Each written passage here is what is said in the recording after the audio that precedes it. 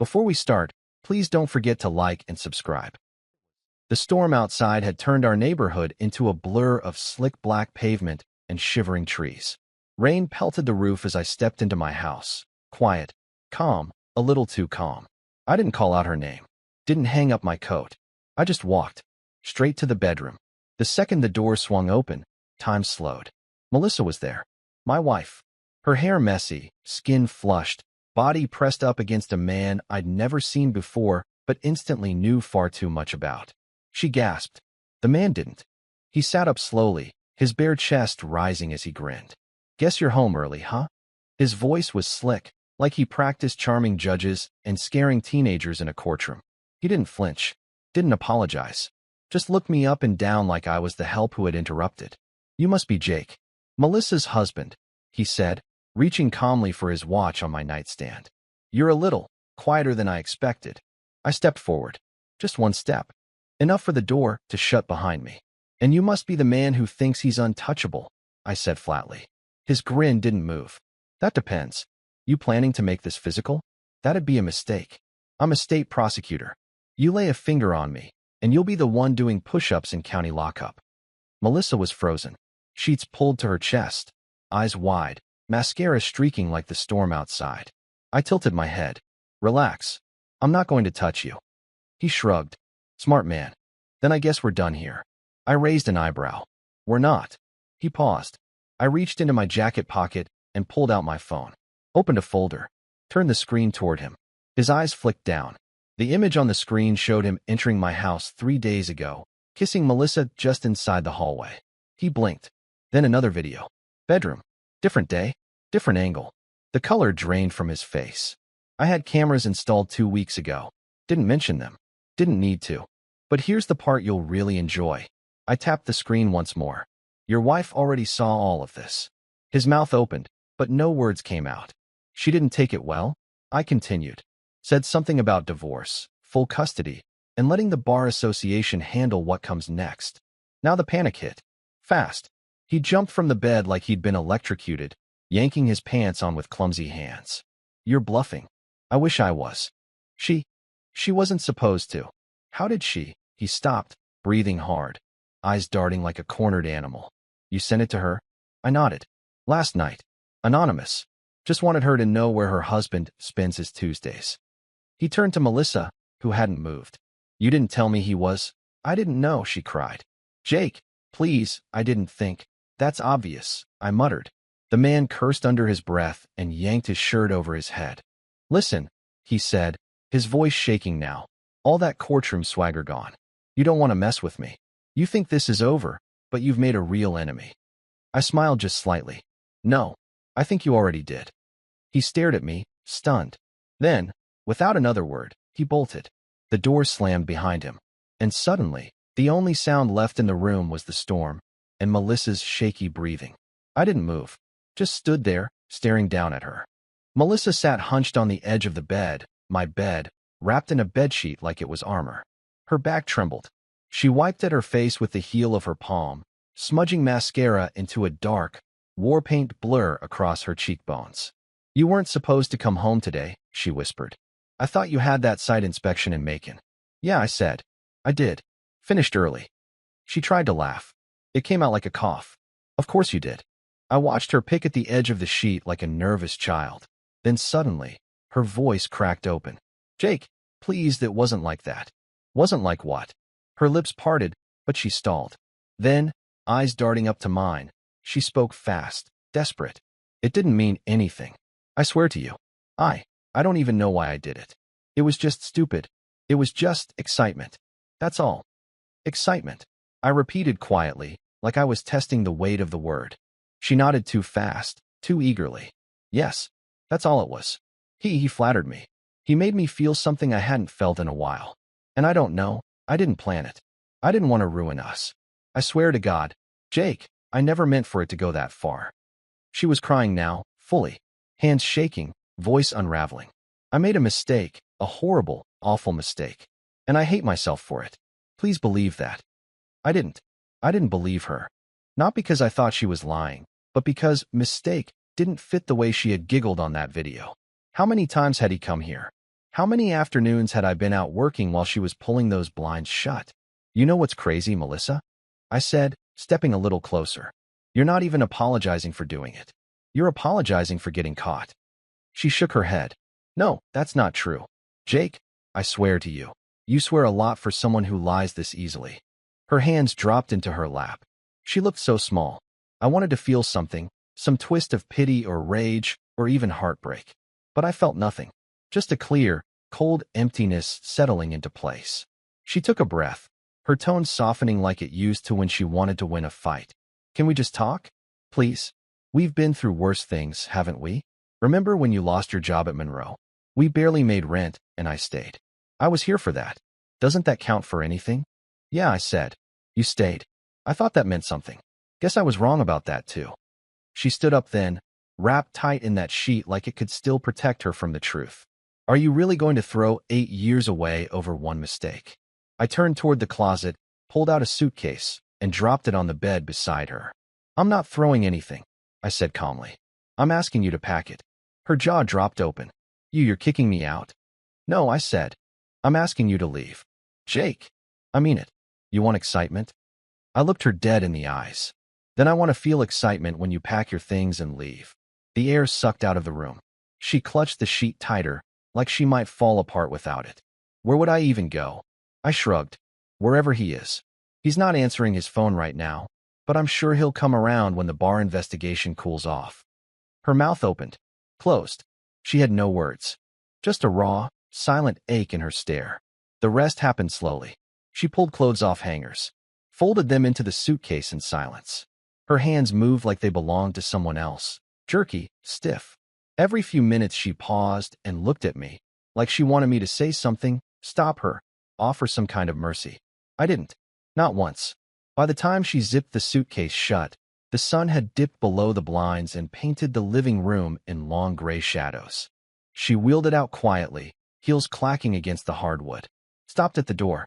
Jake, she said one last time. I didn't answer. She waited, just a second longer, and then walked out into the cold, wet Atlanta dusk. The door clicked shut, and I stood alone in the stillness that followed. 3 days later, I found myself sitting at a corner table in a bakery called Hazel's, just off Peachtree. Rain tapped lightly against the windows again, like the weather itself hadn't moved on from that day. I stirred my coffee. It tasted sharp and honest, kind of like the woman sitting across from me. Vanessa looked exactly how I imagined a state prosecutor's wife might look. Perfect posture, tailored jacket, a diamond on her hand that could blind a careless man. But there was something more. A fire behind her eyes. A fury that had settled into focus. She raised her cup in mock cheer. To public scandals and private cameras. I smirked. To poetic justice. Seriously, she said, setting her cup down and leaning forward. You should have seen him when I confronted him. This man, who once threatened to sue a dog groomer for scratching his Lexus, was literally on his knees. Knees, Jake. She widened her eyes for emphasis, then burst out laughing. And you said nothing? I asked. Oh, I said plenty. But mostly, I just stood there, let him sweat, then dropped this. She pulled out her phone and tapped it. The screen lit up with a paused frame from the video. Melissa, tangled in sheets, blurred out just enough to make it legal, but clear enough to make it devastating. I gave her a nod of respect. You didn't hesitate. Please, she said, sipping her latte like it was wine. I'd been waiting for that moment since the second his ego outgrew his vows. There was a brief pause. Not heavy, just reflective. She studied me for a beat. So, how are you really doing? I thought about it. About the silence in the house. The absence of her shoes by the door. The way the air felt easier to breathe. I'm good, I said. Better than I should be. She nodded like she understood too well. Let me guess, she said. People telling you not to make decisions out of anger. That time heals all things. That maybe she made a mistake. I tilted my head. You've heard those lines too? Every day? My sister told me I should go to counseling. My coworker said I should fight for my family. She rolled her eyes. I told them both the only fight I'm interested in now is the one where I win. We both chuckled at that. There was something strange and almost freeing about it, talking betrayal with someone who didn't need it sugar-coated. She tapped her nail against the rim of her cup. I'm not usually this petty, but this feels earned. I don't think it's petty, I said. It's clarity. Vanessa looked at me again, this time more gently. Well, thank you for the clarity. And the footage. And the clean break. You're welcome, I said. Anytime your husband decides to screw up again, you know who to call. She smiled wide. And for a moment, we just sat in it. Two people who'd been burned, but now held the match. The courthouse steps always feel colder after a hearing, no matter how the judge rules. That morning had been about paperwork. Nothing big, nothing dramatic. Just checking boxes. But I noticed the way Melissa looked at me across the aisle. No remorse. No softness. Just calculation. She didn't speak inside. She waited until we were alone. I had just stepped into the parking lot, still thumbing through a copy of the court minutes, when I heard her heels behind me. Click, click, click.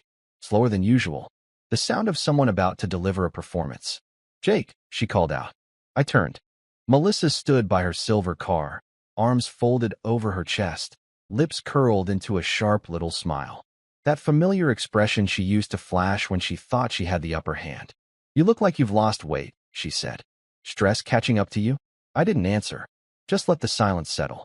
She took a few steps closer, the breeze catching her hair and tossing it just enough to look accidental. Her voice lowered into that tone she always used when she wanted to cut deep. I thought maybe you'd want to know, she said. Daniel's offered to help me find a place. Said I could move into one of his condos. Buckhead. You know, quiet, gated. Has a view. I raised my eyebrows slightly, but said nothing. She smiled wider. He makes more than you ever did, Jake. It's just stability, you know? Something I never had with your little projects and hourly invoices. There it was. The dig. The same old wound she knew how to press just right. I stared at her for a long second. So that's what this is?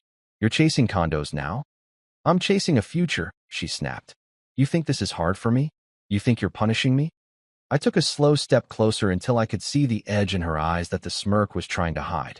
You're not hurting me, Jake, she added, voice sharp. You're freeing me, and I'm going to live better than I ever did with you. He promised me that. I smiled then. Just a small one. Calm. That's not decided yet. She blinked. The words landed like a cold gust between us. What does that mean? She asked, voice dipping, unsure for the first time. I leaned in a fraction. It means Daniel's not the only one being watched. She shifted. That's a threat, she asked. No, I replied. That's a fact. For a second, her face faltered.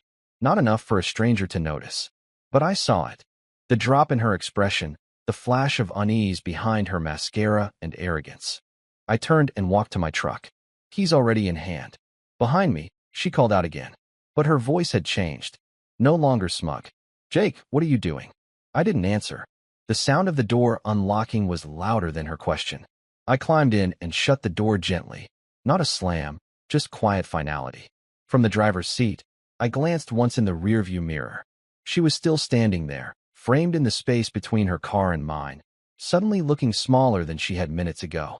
Because for the first time since this whole mess started, she didn't know what move I'd make next. And that terrified her. I was microwaving leftover pasta in the break room when I first heard her clear her throat. Mr. Hart.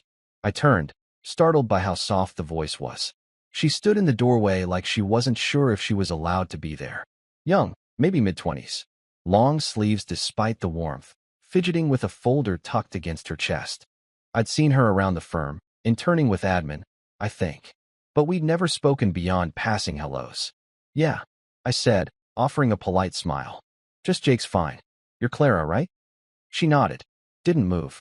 The microwave beeped behind me, but I didn't turn back. Something about her posture made me pause, shoulders tight, chin tucked, eyes that wouldn't hold contact for more than a blink. Can I help you with something?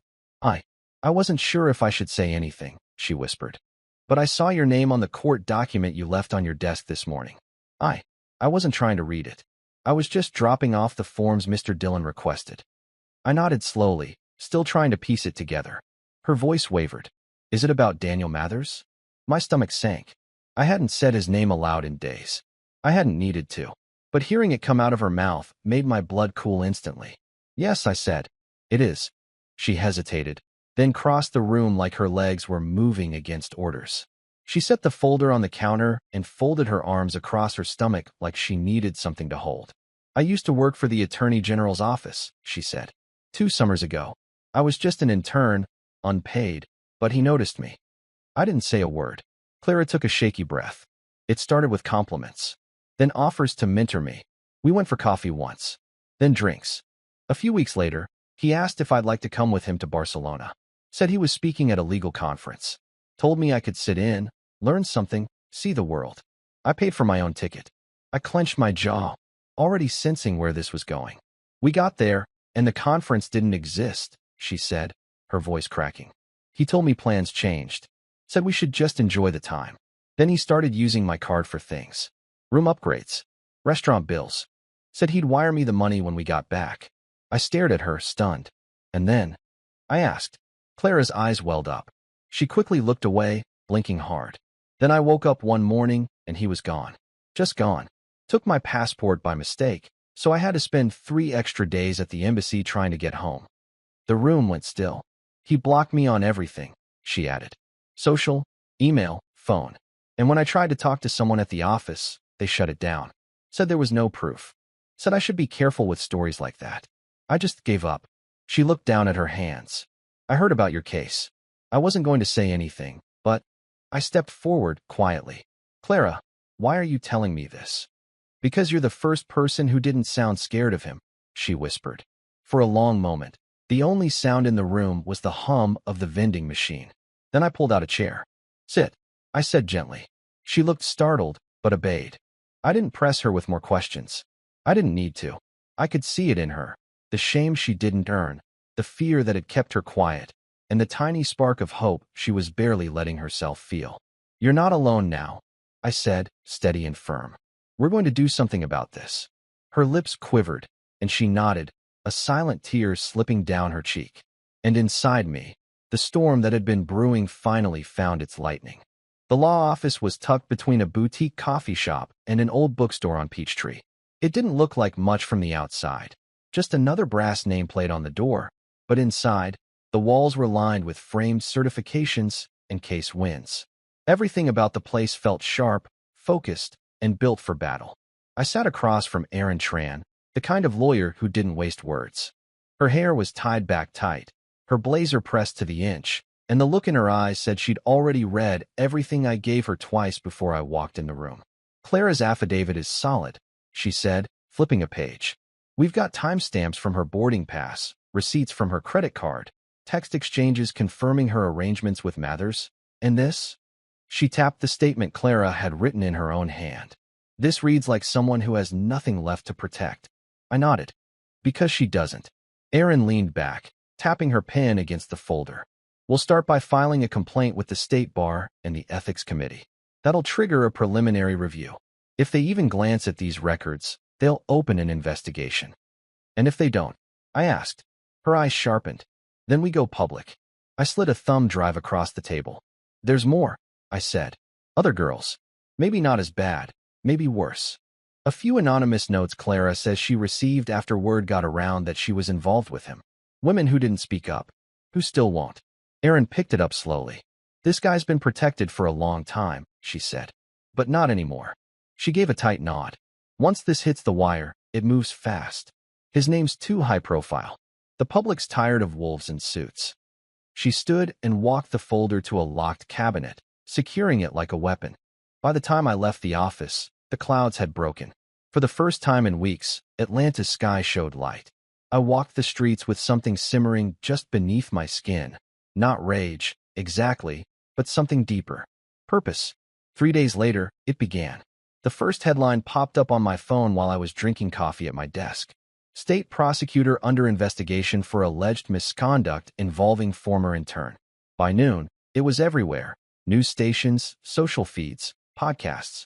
Some articles used words like allegations and unnamed sources. But others? They named Clara, showed her picture, linked her story to others. Phrases like pattern of abuse and ethics complaint pending showed up over and over. I watched the reports roll in from my work computer. One station aired surveillance footage of Mathers leaving a courthouse parking lot looking panicked and pale. Another showed a panel of legal analysts dissecting his cases, questioning how many convictions had come from the same manipulative charm he used off the record. I didn't smile. I didn't cheer. I just watched. A colleague passed by and glanced at the screen. Isn't that the guy? Yeah, I said. They paused. You're involved. I gave them the match, I said quietly. They lit the fire. Phones buzzed across desks. Someone in accounting called out. Hey, he's on channel 6 right now. They're saying he might be put on leave. In a blur of digital noise and public commentary, justice had started moving. But for me, it wasn't about the headlines. It wasn't about payback. It was about standing up when no one else had. For Clara, for the others. And yeah, for me too. Because some fires don't burn for revenge. Some burn to clear the way. If this part resonates, give the video a thumbs up. It was almost 9 p.m. when I heard the knock at my front door. Not a polite knock. Not the kind a neighbor gives. This one was slower, heavier, like someone wanted to be heard, but not welcomed. I glanced through the front window. There he was, Daniel Mathers.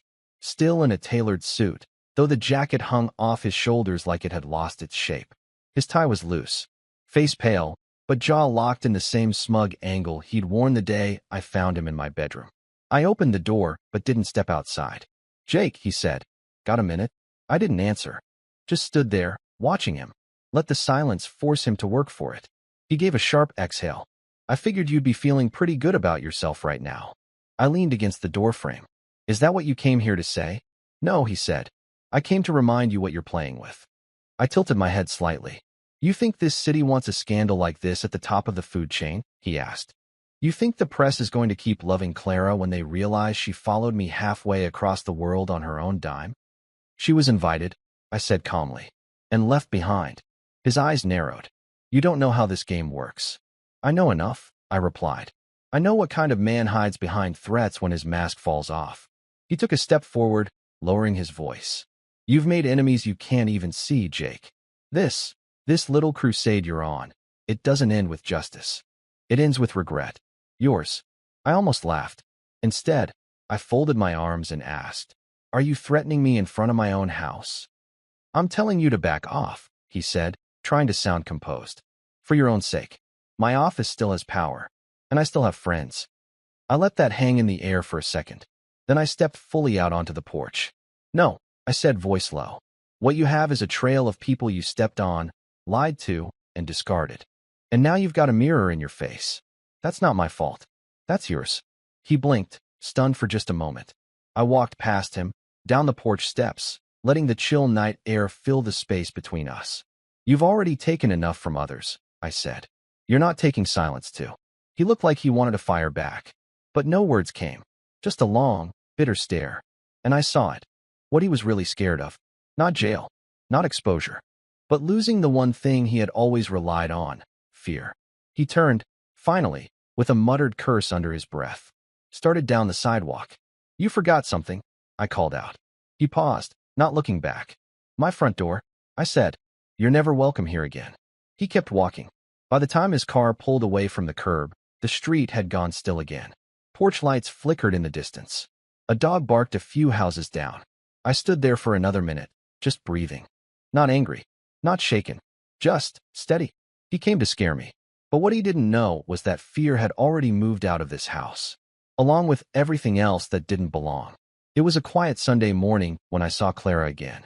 We'd agreed to meet at a small cafe tucked inside Grant Park, the kind of place where the tables are iron, the chairs wobble slightly, and the world feels far away. The city was still buzzing with news stories, but in that little corner surrounded by oaks and early joggers, it felt like a pause button had been hit. Clara was already there when I arrived. Hood up, sunglasses on, head ducked low over a steaming mug. She looked up when she saw me, and for the first time, she actually smiled. Not the guarded, polite kind. A real one. Small but real. Hey, she said as I sat across from her. Hey. She hesitated for a second, then pulled her sunglasses off slowly. Her eyes were tired, but clearer than before. Stronger. I was afraid you wouldn't show. Why wouldn't I? I don't know, she said softly, staring at her hands. You've done enough. More than anyone else ever has. You mean more than he did? Her lip twitched. I used to think people like him were untouchable. That if someone like me ever raised her voice, I'd be the one who paid for it. You did speak up, I said. And now the whole city's listening. She nodded slowly. Then, blinking hard, she whispered, I don't know what would have happened if you hadn't believed me. I leaned back, studying her. She was wearing the same long sleeves again, even though the morning was warm. But she sat straighter this time. She didn't shrink anymore. Most people didn't, she added. When I first told HR at the AG's office, they told me to take it as a compliment. That I was lucky he'd even noticed me. I clenched my jaw. She noticed. You know, she continued. My own sister asked me if I'd let him on. Like I was somehow responsible for being abandoned in a foreign country. She laughed, dry and bitter. No one ever told me it wasn't my fault. Not until you. There was a long pause. Then I said, you shouldn't have needed someone to tell you. Well, I did, she said, eyes shining. So thank you.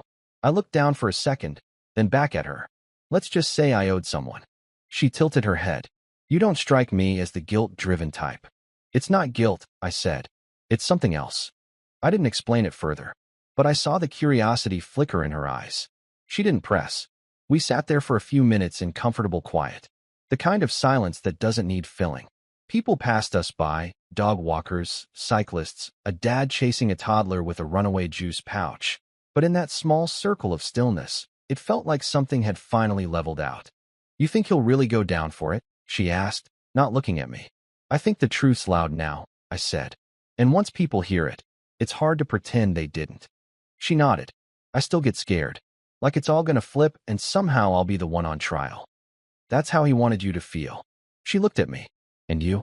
I gave a small smile. I'm done being scared. She reached across the table then, slowly, hesitantly, and placed her hand over mine. It wasn't romantic. It was stronger than that. It was gratitude, connection, defiance. A quiet declaration that said, we made it out. And neither of us were going back in. It was nearly dusk when he came again. I'd just stepped out onto the porch to water the potted rosemary Melissa never remembered to take with her. The sun was sliding low behind the rooftops, casting the whole block in that warm, end-of-day quiet. And then, there he was, Daniel Mathers. Not in a suit this time. No tie. No polished shoes. Just a wrinkled shirt, khakis that hadn't seen an iron in days, and a face that looked like it had stopped sleeping the moment the headlines hit. He walked up the sidewalk slowly, like a man approaching his own sentencing. I didn't move. He stopped at the foot of the steps, eyes hollow. Jake. I didn't answer. He shifted, nervous. Can I talk to you? I leaned on the railing, arms crossed. You're already doing it. He cleared his throat, looked down, then back up. I'm not here to fight. I'm not here to defend anything. I wanted to face you. No lawyers. No threats. Just one man to another. That word caught my ear, man. Funny choice. He continued. I lost my job yesterday. Officially. They made it sound like it was voluntary, but we both know what it was. I said nothing. And Vanessa's divorcing me. Fast. Says she doesn't want another headline with her name in it. Still, I waited. He glanced around, rubbing his hands together. I've had people spit on me in public, Jake. Literally. At a gas station yesterday, a woman threw her coffee at my windshield. I nodded once. Sounds mild, considering. He almost smiled, but there wasn't enough left in him. I deserve some of it, he said. Probably most of it. No, I said flatly. You deserve all of it. He paused. Let that settle. I came because I guess I hope we could close this. I don't expect forgiveness, but maybe we don't have to keep dragging this out. Maybe we could shake hands and walk away. I'm done. You've made your point.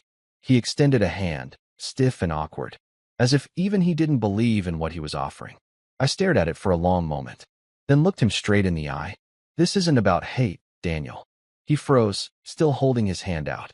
It's about consequence, I continued. Something people like you have dodged your whole life. You walk in and out of lives like they're revolving doors, and the damage? That's someone else's job to clean up. He lowered his hand, jaw tightening. That girl, I said quietly. Clara, my wife. And not just them. There were others, weren't there? He didn't answer. That's what I thought.